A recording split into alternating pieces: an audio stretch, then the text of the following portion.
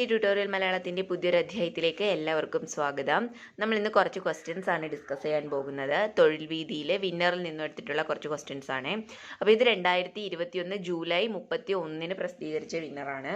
അപ്പോൾ അതിൽ കുറച്ച് ക്വസ്റ്റ്യൻസ് നമുക്കിന്ന് നോക്കാം. അതിൽ ഫസ്റ്റ് എന്ന് പറയുന്നത് കേരള നദികളെ കുറിച്ചിട്ട് ഒരു 10ഓളം ക്വസ്റ്റ്യൻസ് ഇതിൽ പറയുന്നുണ്ട്.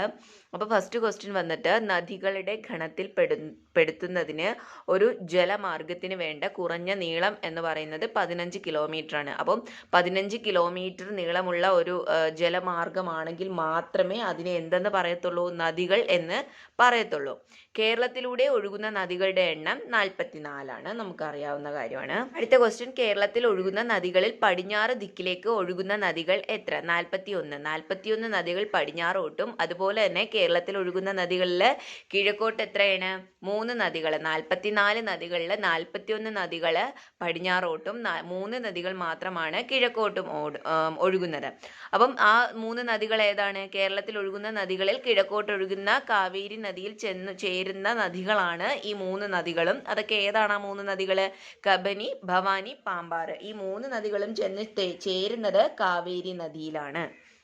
അടുത്ത ക്വസ്റ്റ്യൻ, കേരളത്തിലെ ഏറ്റവും നീളം കൂടിയ നദി ഏതാണ്? പെരിയാറാണ്. 244 കിലോമീറ്റർ ആണ്. കേരളത്തിലെ ഏറ്റവും നീളം കൂടിയ നദി പെരിയാറാണ്. പെരിയാർ നദിയുടെ ഉത്ഭവസ്ഥാനം എന്ന് പറയുന്നത് ശിവഗിരി മല. ശിവഗിരി മലയിൽ നിന്നുമാണ് പെരിയാർ നദി ഉത്ഭവിക്കുന്നത്.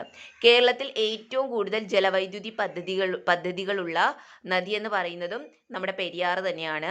പിന്നെ ചെറുതോണി, കട്ടപ്പനയാർ, മുല്ലയാർ, ഇടമലയാർ എന്നിവ ഏത് നദിയുടെ പോഷക നദികളാണ്? പെരിയാറിൻ്റെയാണ്. കേരളത്തിലെ നീളമേറിയ രണ്ടാമത്തെ നദി ഏതാണ്? ഭാരതപ്പുഴയാണ്. 209 കിലോമീറ്റർ ആണ് നീളം. നിള എന്ന പേരിൽ അറിയപ്പെടുന്ന കേരളത്തിലെ നദിയാണ് ഭാരതപ്പുഴ. തമിഴ്നാട്ടിലെ ആനമലയിൽ നിന്ന് ഉത്ഭവിക്കുന്ന കേരളത്തിലെ പ്രധാന നദി ഏതാണ്? ഭാരതപ്പുഴ. അപ്പം ഭാരതപ്പുഴ എന്ന് പറയുന്നത് കേരളത്തിലെ നീളമേറിയ രണ്ടാമത്തെ നദിയാണ്. അതുപോലെ തന്നെ നിള എന്ന പേരിൽ അറിയപ്പെടുന്നു. കേരളത്തിലെ നിള ഏതാണെന്ന് കേട്ട് കഴിഞ്ഞാൽ ഭാരതപ്പുഴയാണ്. തമിഴ്നാട്ടിലെ ആനമലയിൽ നിന്ന് ഉത്ഭവിക്കുന്ന കേരളത്തിലെ പ്രധാന നദിയുമാണ് ഭാരതപ്പുഴ. കേരളത്തിലും തമിഴ്നാട്ടിലുമായി വ്യാപിച്ചു കിടക്കുന്ന ഭാരതപ്പുഴ അറബിക്കടലിൽ പതിക്കുന്ന സ്ഥലം ഏതാണ്? പൊന്നാനിയാണ്. പൊന്നാനിയിൽ വെച്ചിട്ടാണ് ഭാരതപ്പുഴ അറബിക്കടലിൽ പതിക്കുന്നത്. പശ്ചിമഘട്ടത്തിലെ പുളിച്ചിമലയിൽ നിന്ന് ഉത്ഭവിക്കുന്ന കേരളത്തിന്റെ പുണ്യനദി ഏതാണ്? പമ്പ. അപ്പൊ കേരളത്തിന്റെ പുണ്യനദി എന്ന് കേൾക്കുമ്പോൾ തന്നെ അറിയാം പമ്പയാണെന്ന്.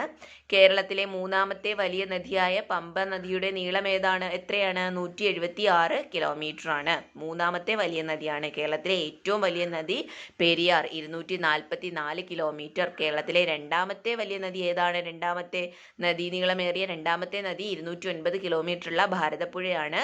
മൂന്നാമത്തെ നീളം കൂടിയ മൂന്നാമത്തെ നദി എന്ന് പറയുന്നത് ഏതാണ്? പമ്പയാണ്. 176 കിലോമീറ്റർ ആണ്. അഴുത, കക്കി, കക്കാട്ടാർ എന്നീ പോഷക നദികൾ ഏത് നദിയുടെ ഭാഗമാണ്? പമ്പയുടെയാണ്. കേരളത്തിലെ ഏറ്റവും ചെറിയ നദി ഏതാണ്? മഞ്ചേശ്വരം പുഴയാണ്. ഇതും ചോദിക്കും. പിന്നെ കേരളത്തിലെ ഏറ്റവും വലിയ നദി ഏതെന്നും ചോദിച്ചു കണ്ടിട്ടുണ്ട്. അപ്പോൾ ഇന്നത്തെ ഒരു കുഞ്ഞു വീഡിയോ ആയിരുന്നു. വീഡിയോ എല്ലാവർക്കും ഇഷ്ടപ്പെട്ടെങ്കിൽ ലൈക്ക് ചെയ്യുക, ഷെയർ ചെയ്യുക, കമൻറ്റ് ചെയ്യുക. കൂടുതൽ വീഡിയോസിനായിട്ട് ചാനലൊന്ന് സബ്സ്ക്രൈബ് ചെയ്ത് സപ്പോർട്ടും കൂടി ചെയ്യുക.